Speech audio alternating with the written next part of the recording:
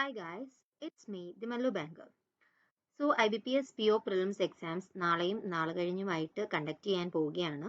അതിനു മുൻപ് നിങ്ങൾ മറക്കാതെ ഫോളോ ചെയ്യേണ്ട ടോപ്പ് പോയിന്റ്സ് ഏതൊക്കെയാണെന്നാണ് ഞാൻ ഇന്നത്തെ വീഡിയോയിൽ നിങ്ങളുമായിട്ട് ഷെയർ ചെയ്യാൻ പോകുന്നത്. അതുപോലെ ഏതൊക്കെ ഏരിയാസിനാണ് കൂടുതൽ ഇമ്പോർട്ടൻസ് കൊടുത്ത് എക്സാമിനാണെങ്കിലും ചെയ്യേണ്ട കാര്യങ്ങൾ എന്തൊക്കെയാണെന്നും അങ്ങനെയുള്ള കാര്യങ്ങളെക്കുറിച്ചൊക്കെയാണ് ഞാൻ ഇന്നത്തെ വീഡിയോയിൽ ഡിസ്കസ് ചെയ്യുന്നത്. സോ നിങ്ങൾ ആദ്യമായിട്ടാണ് എൻ്റെ വീഡിയോ കാണുന്നതെങ്കിൽ ഒന്ന് സബ്സ്ക്രൈബ് ചെയ്ത് വെച്ചേക്കുക. സിമിലർ കണ്ടന്റ്സ് ഒക്കെ ഞാൻ നിങ്ങൾക്ക് ഫ്രീ ആയിട്ട് പ്രൊവൈഡ് ചെയ്യുന്നതായിരിക്കും. സോ നമ്മൾക്ക് ഒട്ടും താമസിയാതെ തന്നെ വീഡിയോയിലോട്ട് പോവാം. സോ ജസ്റ്റ് ഞാൻ ലാസ്റ്റ് ഇയറിലെ കട്ട് ഓഫിനെ കുറിച്ച് ജസ്റ്റ് ഒന്ന് നിങ്ങൾക്ക് പറഞ്ഞു തരാം. അപ്പോൾ ലാസ്റ്റ് ഇയറിൽ ഇപ്പോൾ IBPS PO അറിയാം, ഓൾ ഇന്ത്യ വേക്കൻസി ആണ്, ഓൾ ഇന്ത്യ ആണ് ഫില്ല് ചെയ്യുന്നത്. അതുകൊണ്ട് തന്നെ ഓരോ സ്റ്റേറ്റ് വൈസ് അല്ലായിരിക്കും നമ്മളുടെ കട്ട് ഓഫ് ഒക്കെ പറയുന്നത്. Just UR SC ST OBC അങ്ങനെയുള്ള രീതിയിലാണ് കട്ട് ഓഫ് പോകുന്നത്. സോ നമ്മളുടെ ജനറൽ കട്ട് ഓഫ് എന്ന് പറയുന്നത് 49.21 ആണ്. പ്രിലിംസിന്റെ മാത്രമാണ് ഇപ്പോൾ പറയുന്നത്. 2025 49.21 ആയിരുന്നു കട്ട് ഓഫ് എന്ന് പറയുന്നത്. ആ സെയിം കട്ട് ഓഫ് തന്നെയായിരുന്നു OBCക്കും ഉണ്ടായിരുന്നത്. അപ്പോൾ ലാസ്റ്റ് ഇയറിലെ 49.21 ആണ് കട്ട് ഓഫ് വന്നിട്ടുണ്ടായിരുന്നത്. അപ്പോൾ ഈ ഇയറിലും ആ ഒരു റേഞ്ചിലൊക്കെ ഉള്ള രീതിയിലുള്ള കട്ട് ഓഫ് ആണ് വരാൻ സാധ്യതയുള്ളത്. ഇത്തവണ SBI POയ്ക്കും IBPS POയ്ക്കും ഒക്കെ അത്യാവശ്യം നല്ല വേക്കൻസീസ് ഉണ്ടായിരുന്നു. അതുകൊണ്ട് തന്നെ ഈ ഒരു റേഞ്ചിൽ തന്നെ കട്ട് ഓഫ് നിൽക്കാനാണ് ചാൻസ് ഉള്ളത്. സോ നിങ്ങൾ എത്ര ഒക്കെ ഒന്ന് എക്സ്പെക്ട് ചെയ്യണം. നമുക്ക് ഒന്നും പ്രെഡിക്റ്റ് ചെയ്യാൻ പറ്റില്ല എക്സാമിന്റെ ആ ഒരു ഡിഫിക്കൽറ്റി ലെവലിനെയും നോർമലൈസേഷൻ അങ്ങനെ പല കാര്യങ്ങളെ ഡിപ്പെൻഡ് ചെയ്തായിരിക്കും കട്ട് ഓഫ് വരുന്നത്. എന്നാലും ഒരു ആവറേജ് ആയിട്ട് ഒരു 70+ അറ്റംപ്റ്റ് എങ്കിലും നിങ്ങൾ കൊടുക്കാൻ ശ്രമിക്കുക. എന്നാൽ മാത്രമേ ഉള്ളൂ നെഗറ്റീവ്സ് ഒക്കെ പോയി കഴിഞ്ഞും നമ്മൾക്ക് വേണ്ട ആ ഒരു കട്ട് ഓഫിലോട്ട് എത്തിച്ചേരാൻ പറ്റുകയുള്ളൂ. അപ്പോൾ നിങ്ങൾ ചെയ്യുന്ന കാര്യങ്ങൾ ആക്യുറേറ്റ് ആയിട്ട് തന്നെ ചെയ്യാൻ ശ്രമിക്കുക. ആക്യുറസി ഏറ്റവും ഇമ്പോർട്ടൻ്റ് ആയിട്ടുള്ള കാര്യമാണ്. എസ്പെഷ്യലി ഇംഗ്ലീഷ് പോലുള്ള സബ്ജക്ട്സിന് ആക്യുറസി ഏറ്റവും ഇമ്പോർട്ടൻ്റ് ആയിട്ട് വേണ്ട കാര്യമാണ്. അതുകൊണ്ട് തന്നെ എന്താണ് ഒത്തിരി നെഗറ്റീവ്സ് വരുത്താതെ ഇരിക്കുക. അതുപോലെ തന്നെ ഒത്തിരി അറ്റംപ്റ്റ്സിന്റെ എണ്ണം കൂട്ടാൻ വേണ്ടിയിട്ട് ആക്യുറസി ഇല്ലാതെ ക്വസ്റ്റ്യൻസ് ചെയ്യാതിരിക്കുക. ഇതൊക്കെയാണ് ഇമ്പോർട്ടൻ്റ് ആയിട്ട് നിങ്ങൾ ഫോളോ ചെയ്യേണ്ട റൂൾസ് എന്ന് പറയുന്നത്. അതുപോലെ തന്നെ സ്കിപ്പ് ചെയ്യുക. ഏത് എക്സാം ആണെങ്കിലും, പ്രിലിംസ് ആണെങ്കിലും മെയിൻസ് ആണെങ്കിലും ഏതാണെങ്കിലും നമ്മളുടെ സ്പീഡും അതുപോലെ തന്നെ ആ ടൈമിൽ ആ ഒരു എക്സാം ഹാളിൽ നമ്മളുടെ ടൈമിനെയാണ് അത് മൊത്തം ഡിപ്പെൻഡ് ചെയ്യുന്നത്. ബാക്കി എത്രയൊക്കെ മോക്സ് ചെയ്തു, എത്രയൊക്കെ പ്രാക്ടീസ് ചെയ്തു എന്ന് പറഞ്ഞാൽ പോലും ആ ഒരു ടൈമിലെ മെന്റാലിറ്റി എങ്ങനെയാണോ അതിനെ വെച്ചായിരിക്കും നമ്മളുടെ ആ ഒരു പേപ്പറിലുള്ള ഫ്യൂച്ചർ മനസ്സിലാക്കാൻ പറ്റുന്നത്. സോ നിങ്ങൾ എന്ത് ചെയ്യുക, ഇപ്പോൾ ഈസി ആയിട്ടുള്ള ക്വസ്റ്റ്യൻസ് ഒക്കെ ആദ്യം എടുക്കുക. അതല്ലാതെ ഒത്തിരി ഡിഫിക്കൽട്ട് ആയിട്ടുള്ള ക്വസ്റ്റ്യൻസിലൊന്നും സ്റ്റക്കായി പോകാതിരിക്കുക. കുറച്ചൊരു ടൈം കൺസ്യൂമിങ് നമ്മൾ കിട്ടേണ്ട ഒരു 1 മിനിറ്റിനേക്കാൾ കൂടുതലൊക്കെ ഒരു ക്വസ്റ്റ്യന് സമയം കളയുന്നുണ്ടെന്നുണ്ടെങ്കിൽ ഉറപ്പായിട്ടും സ്കിപ്പ് ചെയ്യുക. സ്കിപ്പ് ചെയ്യാതെ ഇപ്പോൾ കിട്ടും എന്ന് പറഞ്ഞ് ഒരിക്കലും ഇരിക്കാൻ പാടില്ല. അത് കൂടുതലും പറ്റുന്നത് പസിൽസിലാണ്.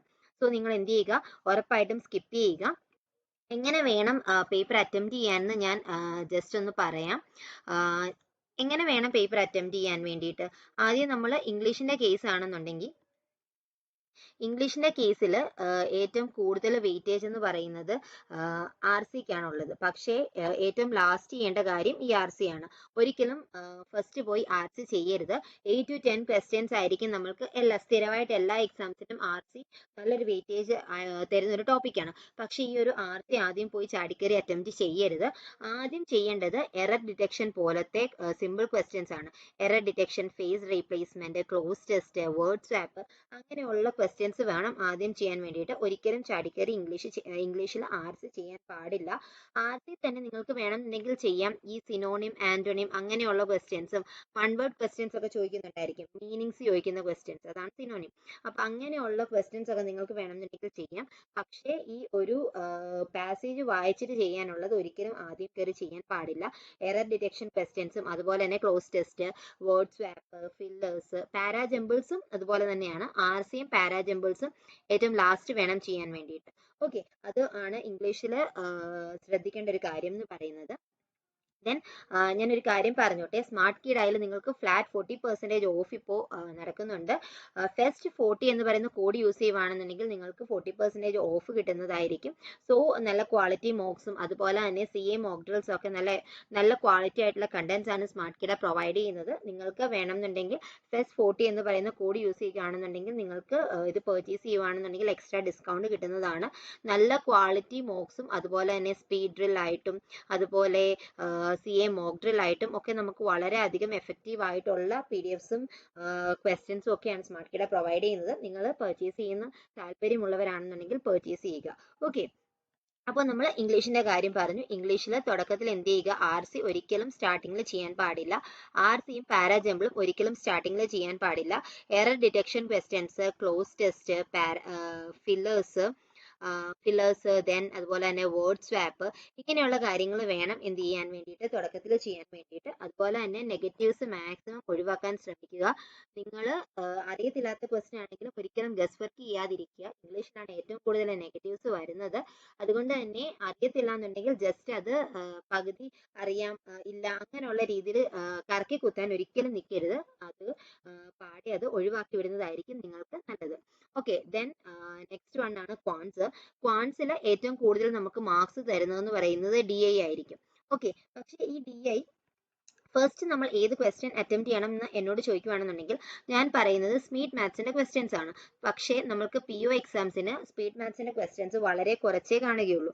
അതുകൊണ്ട് തന്നെ സ്പീഡ് മാത്സിന്റെ ക്വസ്റ്റ്യൻസ് ചെയ്യാൻ ഉണ്ട് എന്നുണ്ടെങ്കിൽ ആദ്യം നമ്മളുടെ എക്സാമിന്റെ ഇത് ടാബ് ഓപ്പൺ ആകുമ്പോൾ ആദ്യം തന്നെ എന്ത് ചെയ്യുക, സ്പീഡ് മാത്സിന്റെ ക്വസ്റ്റ്യൻസ് ഉണ്ടോ നമുക്ക് തരുന്ന ക്വസ്റ്റ്യൻസിൽ നിന്ന് ചൂസ് ചെയ്യാൻ ശ്രമിക്കുക. സ്പീഡ് മാത്സിന്റെ ക്വസ്റ്റ്യൻ റാൻഡം ആയിട്ട് എവിടെയെങ്കിലും കാണുന്നുണ്ടെങ്കിൽ ആ ഒരു സ്പീഡ് മാത്സിന്റെ ക്വസ്റ്റ്യൻ ആദ്യം ചെയ്യുക. ദെൻ അത് കഴിഞ്ഞിട്ട് DIയിലോട്ട് വരിക. ഒരിക്കലും DI ലാസ്റ്റിലോട്ട് വെക്കാൻ പാടില്ല. ഓക്കെ, അപ്പോൾ RC ഒക്കെ ലാസ്റ്റ് വെക്കാൻ പറഞ്ഞു, പക്ഷെ DI ഒരിക്കലും ലാസ്റ്റിലോട്ട് വെക്കാൻ നോക്കാതിരിക്കുക. അത് തന്നെ മാക്സിമം ഒരു 3 DIs ആയിരിക്കും. ഒരു 2 ലൈൻ ഗ്രാഫോ ബാർ ഗ്രാഫോ പോലുള്ള DIയും അതല്ലാതെ ഒരു കേസ്ലെറ്റും ആയിരിക്കും വരാൻ ചാൻസ് ഉള്ളത്. അതുകൊണ്ട് തന്നെ ഈ 3 എണ്ണത്തിൽ ഒരെണ്ണം കുറച്ചൊരു ഒരു മോഡറേറ്റ് ലെവൽ ആവാനുള്ള ചാൻസ് ഉണ്ട്. അതുകൊണ്ട് തന്നെ ചെയ്യാൻ പറ്റുന്ന DI ഏതാണെന്നുള്ളത് മനസ്സിലാക്കിയിട്ട് ചെയ്യാൻ പറ്റുന്നത് വേണം ആദ്യം കയറി ചെയ്യാൻ വേണ്ടിയിട്ട്. ഒരിക്കലും സ്റ്റക്കായി പോകുന്ന DIയിൽ പോയി സ്റ്റക്കായി നിൽക്കരുത്. അപ്പോൾ നിങ്ങൾ DI ഡീകോഡ് ചെയ്തെടുക്കുകയാണെങ്കിൽ പോലും ചിലപ്പോൾ ആ ഒരു സബ് ക്വസ്റ്റ്യൻസിൽ 5 ക്വസ്റ്റ്യൻസ് ഉള്ളത് 2 ക്വസ്റ്റ്യൻ നിങ്ങൾക്ക് ചിലപ്പോൾ കിട്ടിയെന്ന് വരില്ല. അത് എന്ത് ചെയ്യുക, മാർക്ക് ഫോർ റിവ്യൂ കൊടുത്തതിന് ശേഷം അത് പിന്നീട് ലാസ്റ്റ് ബാക്കിയെല്ലാം ഒതുങ്ങി കഴിഞ്ഞതിന് ശേഷം മാത്രം വന്ന് ചെയ്യാൻ ശ്രമിക്കുക. ഒരിക്കലും ആ ഒരു കിട്ടാത്ത DIയിൽ പോയി സ്റ്റക്കായി നിൽക്കരുത്. ദേവി ഞാൻ പറയുന്ന ഒരു കാര്യമാണ്, സ്റ്റക്കായി നിൽക്കാൻ പാടില്ല.